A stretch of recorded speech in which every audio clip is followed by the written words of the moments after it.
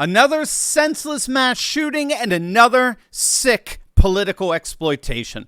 We're going to take a look at the latest on the situation in Texas. We're going to see how many are calling out the morally repulsive Democratic Party. And stick with me to the very end of this video when we'll find out why their latest exploitive desecrations are not just failing, but backfiring. You are not going to want to miss this. Greetings, everyone. Dr. Stevie with you. Great to be with you. As always, I am your daily fake news antidote. So come on into your Patriot Professor's Den. We're helping to think better so you can feel better in these crazy and insane and turbulent times. So if you haven't already done so, you know what to do. Make sure to smack that bell and subscribe button. Before we begin, make sure to click on the link below. Treat yourself to the best night of sleep of your life with the one and only MyPillow. And the best part is that you can now get the best sleep of your life with their lowest prices in their history with code Turley. So for example, usually the classic MyPillow is $69.98.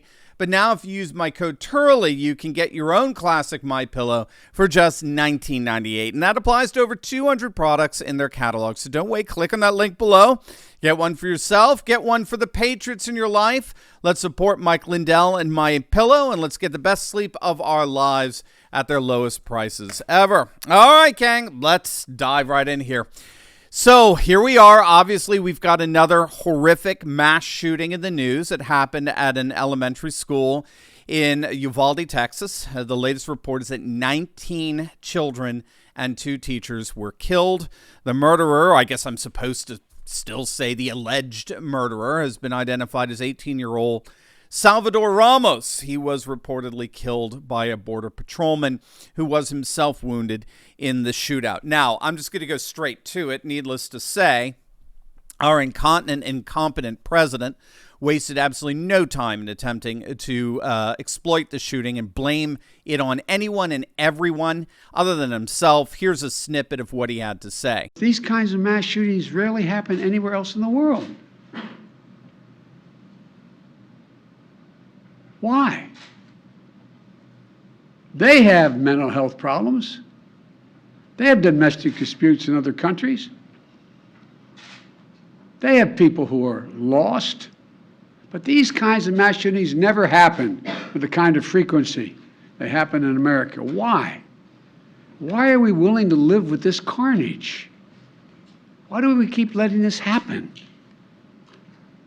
Where in God's name is our backbone to have the courage to deal with it and stand up to the lobbies? It's a time to turn this pain into action for every parent, for every citizen in this country.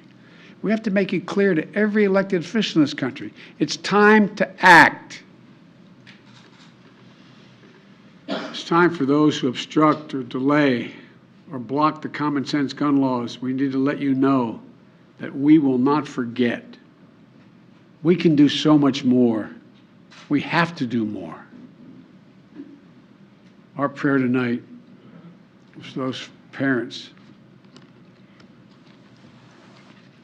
lying in bed and trying to figure out, will I be able to sleep again? What do I say to my other children? What happens tomorrow? Now, that's a sad old man. All right, I'm sorry, but that's just a sad and frankly exploitive old man who literally spent minutes saying nothing. What's the matter with us? What's the matter? Look in the mirror. We're a sick nation, obviously. Look who's our president. Look in the mirror and you'll see what's wrong with us. What kind of nation sends $40 billion to supposedly protect the most corrupt country in Europe, but doesn't spend a dime on protecting our own kids? What kind of nation does that? Here's how Tucker Carlson responded to all of this. President of the United States, frail, confused, bitterly partisan, desecrating the memory of recently murdered children with tired talking points from the Democratic Party, dividing the country in a moment of deep pain rather than uniting. His voice rising, amplified only as he repeats the talking points he repeated for over 35 years in the United States Senate. Partisan politics being the only thing that animates him. Unfit for leadership of this country. Well, but that's what the Democrats are. Again, they're sick. They are sick. These horrors happen because we are sick. and no one exemplifies that sickness more than Democrats. Take a look at the ever insufferable moral illiterate AOC, who's decided to go beyond implicating gun enthusiasts and instead went after, who would have guessed, pro-lifers.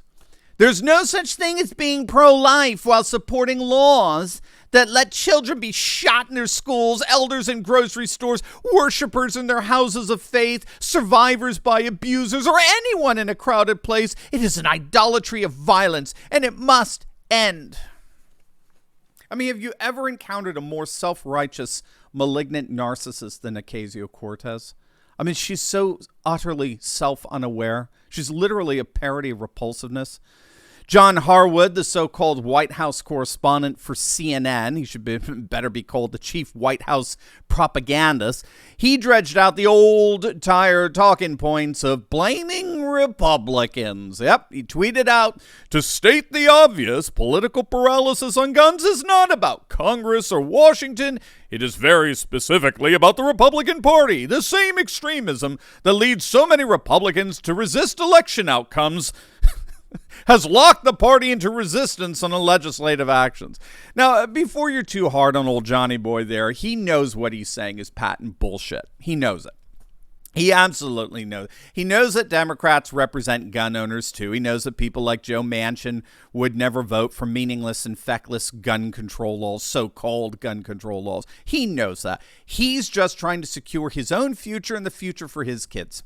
He's just trying to prove to the powers that be among CNN execs that he is a loyal wokester who will push any left-wing talking point they shove in his mouth. And then he can take Brian Stelter's job when they boot him for his embarrassing ratings. So, don't be too hard on him. It's all, when all's said and done, right? It's just business, right? But I think we could see the pattern here. For Democrats, everything wrong in this nation is always someone else's fault. It's always you. It's not them. It's never them. It's always you. You are the problem. Or Republicans are the problem. Or pro-lifers. Or racism. But it's never them. They never share one whit of complicity whatsoever in anything they deem evil. The good news is that people clearly see through this today. The left is so logically incoherent, not knowing what a woman is, right? The left has become so cognitively incoherent that it's becoming increasingly obvious to the vast majority of the population that they are, well, frankly, for lack of better terms, sick. It's being widely recognized that Democrats have mutually exclusive talking points for every mass shooting. So here's how Orrin McIntyre responded to AOC's repulsive and logically self-refuting tweet. Spot on. If the shooter is white, then the issue is white supremacy. If the shooter is another race, then the issue is gun control and, of course, a desperate stretch to swat at pro-lifers. It doesn't need to make sense because every tragedy is a stick with which to beat your political opponent. Well, that's spot on. And Styx Hexenhammer also pointed out in his video this morning that the same inconsistency applies to whether the shooting happens in a blue state versus whether it happens in a red state. So if the shooting happens in Texas, then the media blames the Republican state government for having such loose gun laws and, right to constitutional carry and the like. But if literally the same kind of mass shooting happens in a deep blue state like New York, in Buffalo several days back, well, then the problem is the federal gun laws. Those states are completely exonerated. So you see how the game is played. Heads I win, tails you lose. Oh, and by the way, lest I forget, when it comes to the epidemic of black-on-black murders, Democrats are completely silent.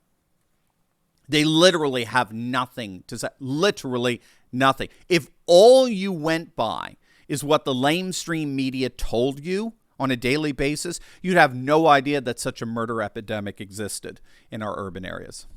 So big picture, what's going on here? I mean, obviously, there's a simple solution to all this. I think we all know that, right? Arm our schools. This is what they do in Israel, right? Armed guards need to be protecting our kids from sickos. Simple. Boom. Easy, right?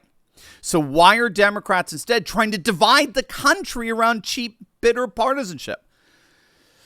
Well, before we get into that, I am excited for the upcoming release of Turley Talks Productions' first original documentary, The Return of the American Patriot, The Rise of Pennsylvania. Now, if you were at my latest Cancel Culture webinar, you have already gotten this first look, and I'm excited to share the trailer with everyone here this Friday. The documentary is a deep dive into the grassroots patriot movement, specifically in Pennsylvania, that recently saw America First fighters like Doug Mastriano nominated for governor. Now, my team and I have been working on this, if you can believe it, since the beginning of 2021, and the full film will be released later this summer. So keep an eye out this Friday to catch the full trailer, but here's a little sample.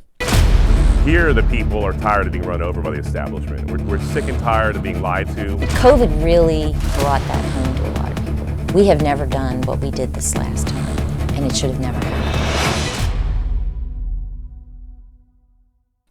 All right, gang, you're going to absolutely love it. I can't wait for you to see it again. Keep an eye out this Friday. So what are the Democrats doing here? Well, in a term, it's actually called resentment politics. Okay, this is what the Democrats literally live on. They perpetuate the poison of resentment politics into our lives. So what obviously is resentment politics? Well, scholars have noted that for centuries, our political elites have feared resentment. Just ask Marie Antoinette. They worried that once it reached critical mass among the people, could lead to rebellion. And so what they tended to do, and we see this going all the way back to the political rhetoric of classical Athens and Rome, what they tended to do was foster an internal unity among the people, the citizens, by creating the specter of a dangerous, and here's the key, external enemy. External threats tend to lead to internal solidarity. But scholars have noticed that since the 1960s, our politicians, particularly Democrats, found that they could even more effectively deflect resentment away from themselves if they divided the population by focusing on an enemy from within. If they turned their attention away from an external threat and instead began focusing on internal threats, which transformed resentment into a tool for dividing the populace and diffusing resistance. So for decades, the Democrats have been masters at turning what were once considered external threats, like illegal immigration. They've turned illegal immigrants into victims, while at the same time, they've effectively demonized their internal political opponents as racists, bigots, all kinds of phobes, misogynists, worthy of being canceled. That's what's going on here. The sickening truth is that the Democratic Party consistently exploits the horrors of events like this for their own political expedience. But the good news is that more people than ever are onto them. I don't think anything is going to happen from this.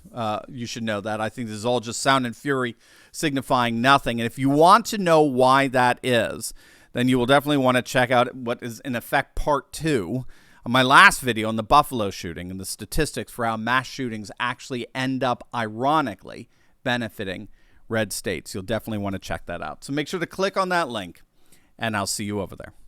God bless.